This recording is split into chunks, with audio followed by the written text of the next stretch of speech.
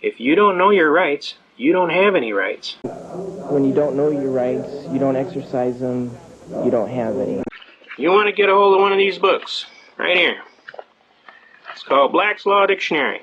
You would be absolutely amazed what's in Black's Law Dictionary. This is the exact words that you need to be able to definitively define the word game problem that we are having with these people today. They like to keep changing the words. But guess what? The words in this book are the words that were written when we were in the Constitution when it was signed. And the definitions that are in this book are enforceable in a court of law. You can bring this book into court and pull it open and say, this is the one, Judge. This book here is a citizen's rule book. It also has jury instructions in it. It also has a lot of important arguments in it. Some of the important arguments in it go along with what we've been talking about, right? All laws which are repugnant to the Constitution are null and void. Marbury versus Madison, 5 yes, 137. We already argued that. When where rights secured by the Constitution are involved, there can be no rule or lawmaking or legislation which would abrogate or abolish them. That's again Miranda versus Arizona. An unconstitutional act is not law. It confers no rights, it imposes no duties, affords no protection, it creates no office. All right, that's Norton versus Shelby County, which we just talked about. The general rule is an unconstitutional statute, though having the form and name of law, is in reality no law, but is wholly void. All right. 16th Am Jurisprudence, 2nd Section 177. You get a hold of this Constitution, and you start learning that Constitution, and you quote a chapter and verse, and guess what? You'll notice a unique, different change. One, after a while, they start to listen. And you actually affect what is called positive change. And every time they see you, and that goofy hat you wear, they go, oh, for God's sake, don't give that guy no ticket. I have actually been pulled over. Didn't have no plates on my car.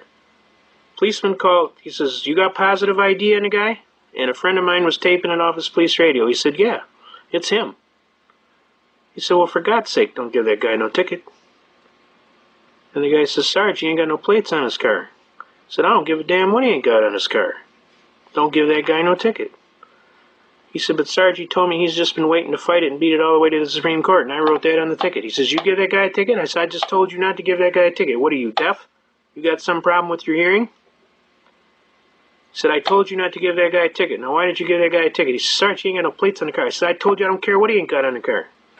This is all recorded on a radio broadcast. So everybody was laughing. The police were laughing. Everybody was laughing. His buddies were laughing. They were ribbing him over the radio. The sergeant told him, all right, knock it off. Clear the net. This is serious. We want to show Jack McLam's magnificent books, too. Vampire Killer 2000 and the Aid and Abet newsletter. We need to get these out to every police officer in the United States of America. They need to understand what the heck's going on here.